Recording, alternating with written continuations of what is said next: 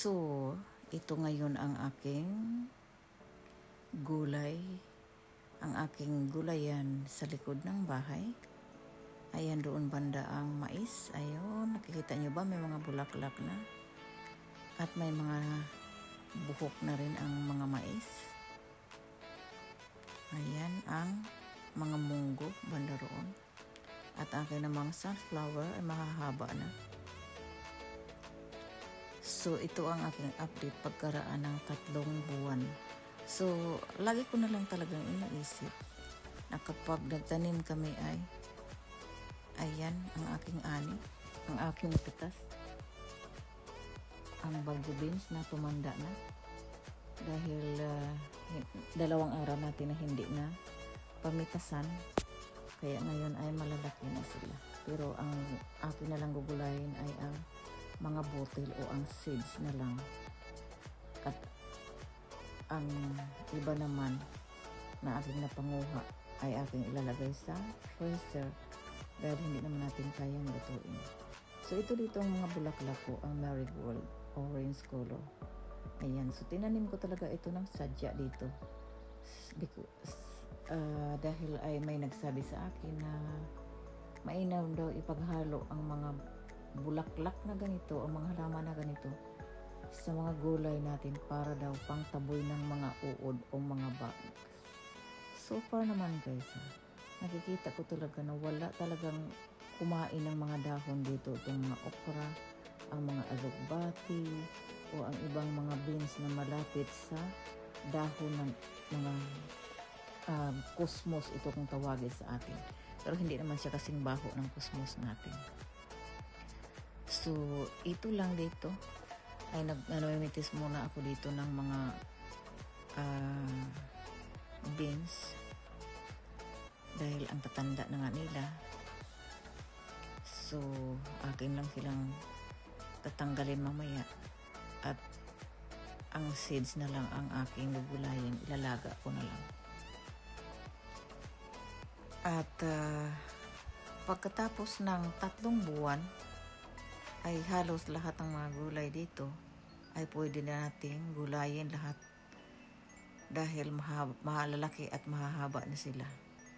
Katulad na lang ng summer squash o zucchini ay araw-araw nating pinipitasan.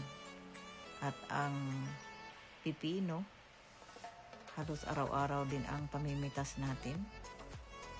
At ang bagyo beans, kung tawagin sa atin, ay araw-araw na rin. Dapat araw-araw.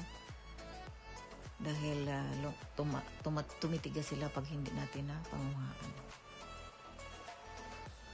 So, ito dito ang aking mga alugbati. Ayan. So, ang alugbati ay kailangan ding laging tanggalan ng mga dahon o tangkay o mga sanga. Dahil kapag hindi, ito ay namumunga. Kapag namunga na siya, puno na siya ng bunga, ay hindi mo na magulay ang mga dahon dahil titigas na ito at naninilaw. Kaya kailangan laging bago. Kailangan natin tanggalin yung mga unang sanga ng mga alugbati. So, iniipon ko rin ang mga tangkay ng aking mga alugbati at akin namang itinanim sa paso. Kumbaga, para may bago pa akong mga tanim, sa paso ko naman siya tinatanim. Kung may available akong paso, nilalagay ko kaagad doon ang aking mga tangkay ng alugbati. At madali lang siyang tumubo lalo na kung tag-ulan. So, ito ngayon, ang aking sinasabi ay ang 3 buwan na update ng aking garden sa likod ng bahay. At sa tuwing panggulay ako dito, ay aking namang tinatanggal ang mga damo.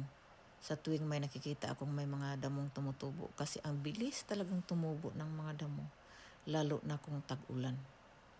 So, iniiwasan kong mamulaklak tong mga damo at mag-produce na naman ng maraming butil o seeds at tutubo naman dito sa sunod nating pag-garden, mahirap na. So, bawat punta namin dito sa garden ay magdadamo-damo muna tayo ng sandali bago mamitas. Dahil ito parating na ang tag-init talaga or summer, hindi na magtatagal ang ating mga gulay.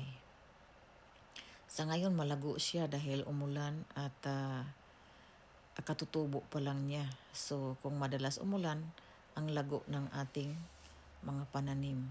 At wala naman tayong biniling abono para dito. Ito ang home remedy lang namin, ang aming abono na mga balat ng saging na aking binababad sa tubig at yan ang aking pinapandilig.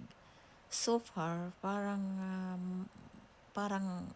ano naman talaga siya. Parang naniniwala ako sa mga ganyan kasi ito na nga ang gamit ko.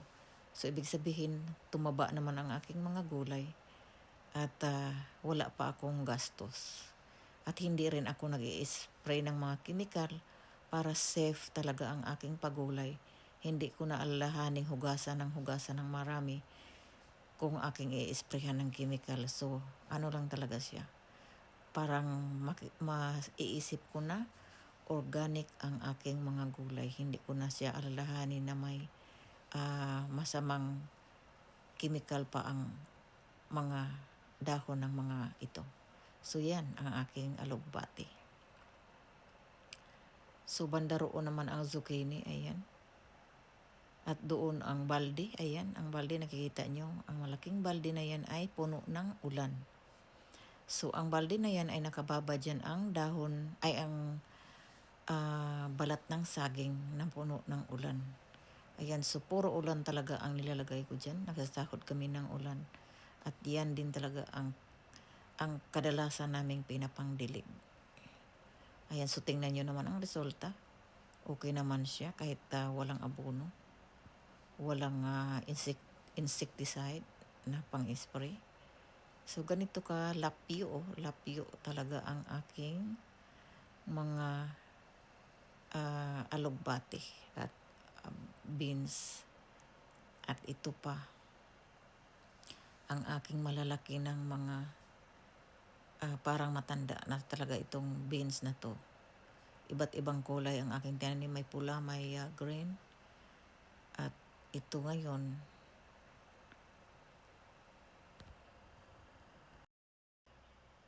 so ito lahat ang aking mga na-harvest. Ayan, ready na ito para iluto ngayon ng ating hapunan. Yan ang aking munggo.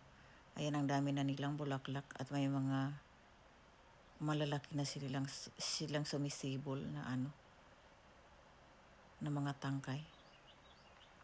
Pero kailangan natin hintayin ang munggo na kulay itim o mahinog talaga siya. So ayan ang ating gulay, alugbati, at ayan ang matanda ng beans at ang summer squash.